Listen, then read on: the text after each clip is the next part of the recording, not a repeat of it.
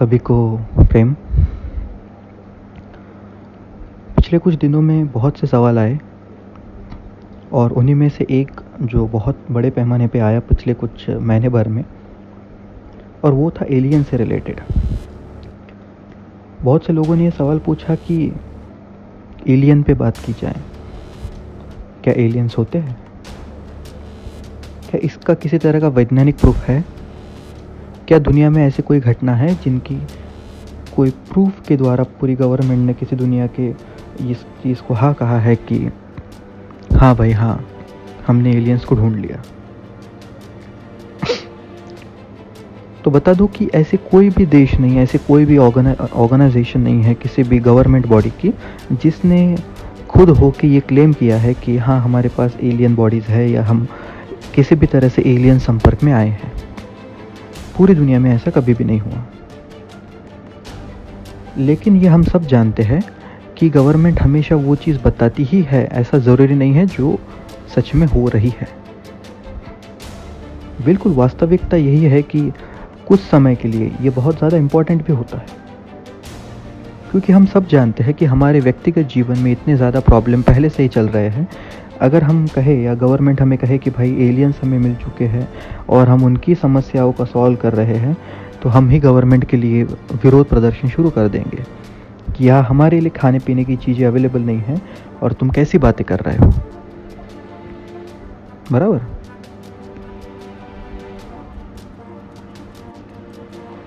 तो क्या इसका मतलब ये है कि एलियंस है ही नहीं? जैसे कि हम कहेंगे कि हम कुछ प्रूफ्स पे बात करेंगे। मैं कुछ इंसिडेंट्स के बारे में बात करूंगा कि जिसके द्वारा आप खुद सोचिएगा कि वो है या नहीं। और जो भी मैं इंसिडेंट कह रहा हूँ आप उसको गूगल भी कर लीजिएगा ताकि आपको किसी तरह का संदेह ना रह जाए। लोग कहते हैं कि पिछले 100 सालों में या पिछले 50 सालों में ही एलियंस के बारे में बातें होने लगी या एलियंस से जुड़ी जो घटनाएं हैं वो बढ़ी। मैं कहूँगा ऐसी बात नहीं है, पहले भी थी, लेकिन पिछले 100 साल में जो दुनिया की कनेक्टिविटी बढ़ी है और हमारे हाथ में जिस तरह की चीज़ें आई है कि हम अपना खुद का एक्सपीरियंस कुछ ही सेकंडों में कैद कर सकते हैं, उसके कारण इस तरह की चीज़ों में इजाफा हुआ है। लेकिन अगर मैं इतिहास की बात करूं तो हम सबसे पहले चलते हैं भारत में ही। भारत में छत्तीसगढ़ में चरम नाम की एक जगह है, CHARAM। वहाँ पे आर्कियोलॉजी के टीम को एक बहुत पुरानी केव में कुछ पेंटिंग्स मिली। यह पेंटिंग्स जब इसकी टेस्टिंग की गई तो पता चला कि ये 10,000 साल पुरानी पेंटिंग्स है। और वो पूरी की पूरी पेंटिंग्स अब जब आप देखेंगे तब आपको पता चलेगा कि ये ह्यूमन पेंटिंग्स नहीं है। आप देख के ही समझ जाएंगे कि भाई ये किसी परग्रह जीवियों की तस्वीरें हैं जो उन्होंने बनाई हैं। अब सवाल ये है कि छत्तीसगढ़ जैसे ज़िले में किसी अनजान सी छोटी सी सिविलाइजेशन ने जो कहीं जंगलों में रहती थी, उन्होंने अपनी गुफाओं में इस तरह की एलियन बॉडीज़ की या एलियन कुछ एलियंस खड़े हैं, कुछ तस्तरियाँ उड़ रही है, इस तरह की पेंटिंग्स क्यों बनाई? या हम ये भी कह सकते कि क्या उन्होंने वही बनाया जो उन्होंने देखा था? शायद हाँ। लेकिन पिछले कुछ सालों में, पिछले 100 सालों में जिस तरह की चीज़ दुनिया में हुई है, ये बड़ी ही जिसको हम कहें कि मज़ेदार है और इससे रिलेटेड प्रूफ्स भी पूरी दुनिया में अवेलेबल है। एलियन की पूरी जो थ्योरीज़ है या पूरी की पूरी जो चैप्टर है, उसकी जो शुरुआत हुई वो एक इंसिडेंट के द्वारा हुई जो हुआ अमेरिका के रॉसवेल में 1947 रॉसवेल जून महीने में। वहाँ पे एक मिलिट्री जो स्टेशन है, वहाँ पे 3 UFOs गिर पड़ी, 3।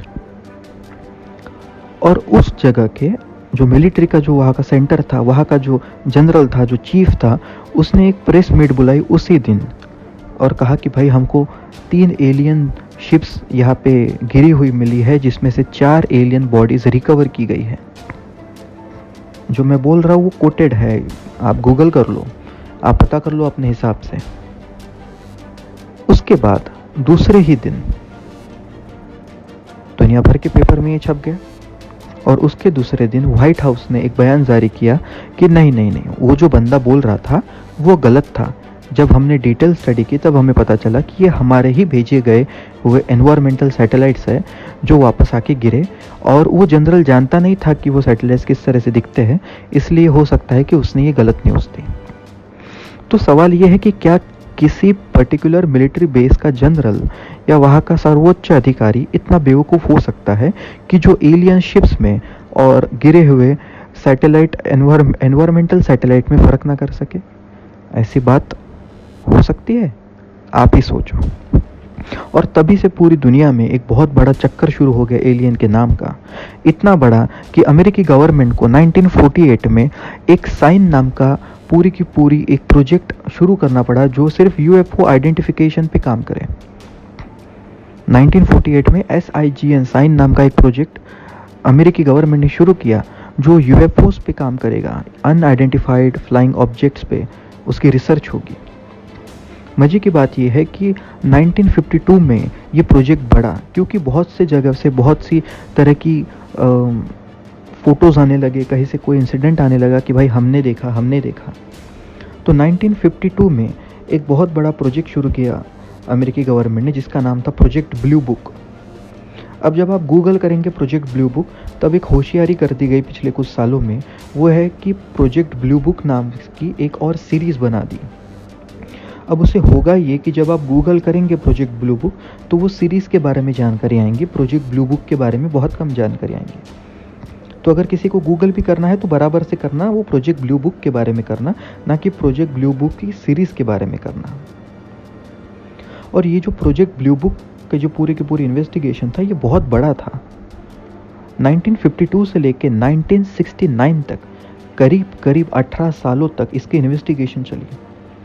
कहा जाता है कि 12,000 से भी ज़्यादा केसेस को इन्होंने स्टडी किया और बाय गवर्नमेंट रिकॉर्ड उनका कहना ये था कि 90% जो केसेस थे उसमें लोगों को बस जो उन्होंने वो सोच रहे थे, वो इमेजिनेशन थी उनकी, वो अनआइडेंटिफाइड ऑब्जेक्ट्स नहीं थे।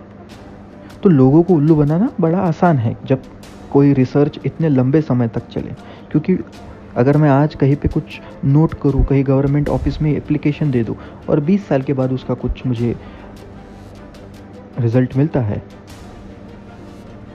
तो डेफिनेटली मैं कहूँगा कि मैं भूल भी चुका हूँगा। उसी तरह से गवर्नमेंट ने भी ये किया। लेकिन सवाल ये है कि उसके बाद जिस तरह के एप्लीकेशंस या उसके बाद जिस तरह की चीज़ें होने लगी दुनिया भर में, ये बड़े मज़ेदार थी। 1947 में ही केंट एंड्रोल्ड नाम का एक बिजनेसमैन और एक पायलट था। उसने वो जब उसके जो पायलट था वो जो प्लेन चला रहा था तब उसने एक इंसिडेंट नोट किया कि 9 वी शेप्स के जो यूएफओज है वो उसके बाजू से फ्लाई करते हुए निकल गए। और जब वो वापस लैंड हुआ और उसने पता किया तो उसे पता चला कि नहीं, इस तरह के कोई भी यूएफओज, इस तरह के कोई भी आइडेंटिफाइड ऑब्जेक्ट्स वो नहीं थे। तो वो समझ नहीं पा रहा था कि ऐसा कैसे हो सकता है कि उसने खुद अपने आंखों से ये देखे थे कि 9 अनआइडेंटिफाइड फ्लाइंग ऑब्जेक्ट्स उसके पास से गुजर गए। और ये बहुत नोन चीज़ों में से है।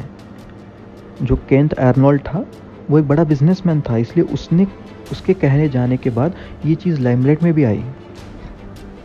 वैसा ही एक इंसिडेंट हुआ, वो जो किक्सबर्ग का इंसिडेंट 9 दिसंबर 1965 में यूएसए में ही किक्सबर्ग यूएफओ इंसिडेंट एक बहुत फेमस इंसिडेंट है। उसके बाद 1997 में फिनिक्स के लाइट्स के इंसिडेंट हुए यूरोप के कुछ देशों में और अमेरिका के कुछ देशों में, राज्यों में, मेक्सिको हो या एरिज़ोना हो।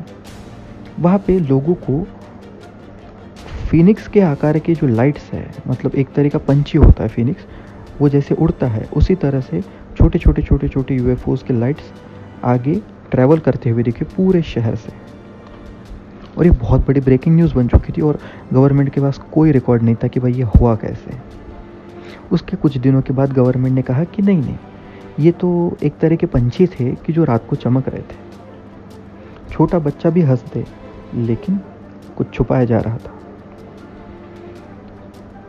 और एक सबसे ज़्यादा फेमस, जो सबसे बड़ा प्रूफ माना जाता है एलियंस के बारे में, वो था सेटी से आया हुआ।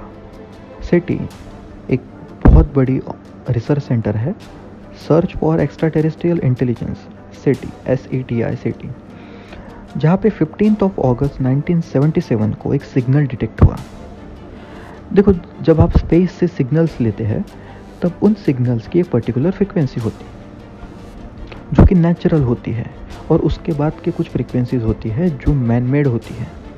जैसे कि हम कोई रेडियो फ्रिक्वेंसी भेजें तो उसकी जो पूरी की पूरी फ्रिक्वेंसी है वो हाइवर होगी, वो नेचुरल नहीं होगी, वो क्रिएटेड होगी।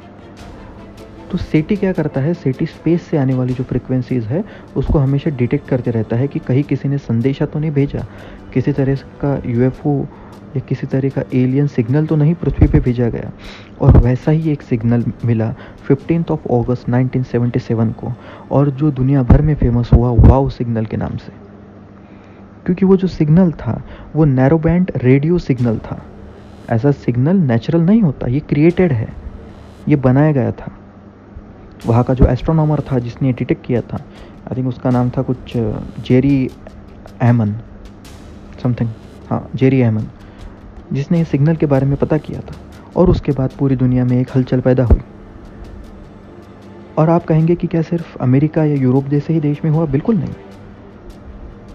1976 में ईरान में ऐसा हुआ था कि कुछ unidentified objects 2 F-4 fighter jets के सामने आ गए, और उन जेट्स को समझ में नहीं आ रहा था कि ये है क्या। वाइट तरह की वो चमक रहे थे, डिस्क शेप में थे, और उसका कोई रेडियो फ्रिक्वेंसी नहीं था, क्योंकि उनके रडार पर दिख जाता है कि आगे कोई ऑब्जेक्ट है। तो फर्स्ट प्लेन तो वापस आ गया, लेकिन सेकंड प्लेन के साथ ऐसा हुआ कि उसके कोई भी इक्विपमेंट हर इक्विपमेंट काम करना बंद कर दिए। लेकिन बावजूद उसके वो शिप जो है, वो जो हमारा जो जेट था, फाइटर जेट, वो अच्छे से लैंड हो गया। तो दुनिया भर में ऐसे बहुत से इंसिडेंट्स हैं कि जो ये बताते हैं, चीख चीख के चिल्लाते हैं कि कुछ तो ऐसा है जो गवर्नमेंट हमसे छुपा रहे हैं, कुछ तो ऐसा है कि जो गवर्नमेंट हमें नहीं बताना चाहती, कुछ तो ऐसा है कि जो हमारे आसपास ही है, जो हमारे देखे हुए चीज़ों में आती है। ऐसे हज़ारों फ़ोटो लिए गए, ऐसे हज़ारों इंसिडेंट्स हर किसी के साथ हुए दुनिया भर में कि जो एलियन से रिलेटेड थे। तो सवाल ये है कि क्या वो हमारे साथ रहते हैं, या बस ये हमारा कुछ सोची समझी या हमारी इमेजिनेशन है। लेकिन इमेजिनेशन होती तो उसके प्रूफ नहीं हो सकते। सिर्फ इमेजिनेशन होती तो दुनिया के पास या लोगों के पास ठाम प्रूफ नहीं होते। ऐसे बहुत सारे हज़ारों इंसिडेंट दुनिया भर में मौजूद है जो इस चीज़ की गवाही देते हैं कि कुछ अदर एक्टिविटीज़ इस पृथ्वी पे हो रही है। कुछ ऐसी चीज़ें भी इस पृथ्वी पर हो रही है जो हमारी समझ से, हमारे नॉलेज से परे है, और जो हमसे छुपाई भी जा रही है। पिछले कुछ सालों में एक और थ्योरी एलियंस के बारे में बहुत ज़्यादा फेमस हुई, और वो है ancient alien theory. Ancient alien theory का मानना है कि पिछले हिस्ट्री में जो भी देवी देवताएं थे, जो भी बड़े बड़े लोग थे, वो एक तरह के एलियन प्रजाति से ही आए थे जिन्होंने इस पृथ्वी पर राज किया। और हिस्ट्री चैनल की इसकी जो डॉक्यूमेंट्री थी वो बहुत फेमस हुई। क्या हम इस पे बात करना चाहें? हम बिल्कुल बात करेंगे, लेकिन आगे की वीडियो में। अभी हम इस पे बात नहीं करेंगे क्योंकि हमारा देखी हुई चीज़ थोड़ी अलग है। लेकिन एलियन के बारे में मैं इतना ही कहूँगा कि इस वक्त भी शायद ऐसी कोई चीज़ है जो आपके ऊपर मंडरा रही होगी। ऐसे बहुत से इंसिडेंट है दुनिया भर में। इंडिया और चाइना के बॉर्डर के पास इंडियन सोल्जर्स को ही ऐसी बहुत सी अनआइडेंटिफाइड चीज़ें दिखी है जो उन्होंने कई बार रिपोर्ट की है, जिसका कोई भी किसी भी तरह का प्रूफ नहीं है कि वो है क्या। ऐसा बहुत से लोग कहते हैं कि जर्मनी ने इस चीज़ पे बहुत काम किया था, हिटलर ने इन चीज़ों पे बहुत वो भरोसा करता था और उसने काम भी किया था। और शायद ये चीज़ बहुत हद तक सच भी है, क्योंकि जो भी जर्मनी में हुआ सेकंड वर्ल्ड वॉर के बाद या हिटलर के जाने के बाद, तो एक तरह से नाज़ी तो ख़त्म हो गए, लेकिन जो नाज़ी वैज्ञानिक थे उनको ख़त्म नहीं किया गया। ऑपरेशन पेपर क्लिप के अंतर्गत अमेरिका ने करीब 1,500 से भी ज़्यादा नाज़ी साइंटिस्ट को अमेरिका में खिला दिया, वो अपने साथ लेके गए। और उनके साथ ऐसा बहुत सा डेटा जो शायद ही हमें कभी पता चलेगा। तो कभी कभी इंडियाना जोन्स की देखी हुई पिक्चर्स बस इमेजिनेशन नहीं हो सकती। लेकिन एक बात ज़रूर कि अगर इस तरह की कोई चीज़ हमारे आसपास रह भी रही है तो उसको उस तरह से मत देखो जिस तरह से पिक्चर पे दिखाते हैं कि वो आते हैं और तुम पे हमला करते हैं और फिर तुम उन पे जीतते हो। ऐसा नहीं है। स्टीफन हॉकिंग्स ने कहा था कि अगर ऐसा कुछ होता भी है तो हमारी परिस्थिति ऐसी ही होगी कि हम डायनासोर के आगे चींटी। वो डायनासोर है और हम चींटी हैं। डायनासोर का चींटी कुछ बिगाड़ सकती है? नहीं, बिल्कुल भी नहीं। बस हमारी अवस्था वैसी ही होगी। तो याद रहे कि वो तुम्हें तकलीफ ज़रूर पहुंचाना नहीं चाहते। हो सकता है कि उनका घर बर्बाद हो चुका हो सकता है कि उनके जीवन खराब हो चुका हो और बस वो एक नए ग्रह की तलाश में हो।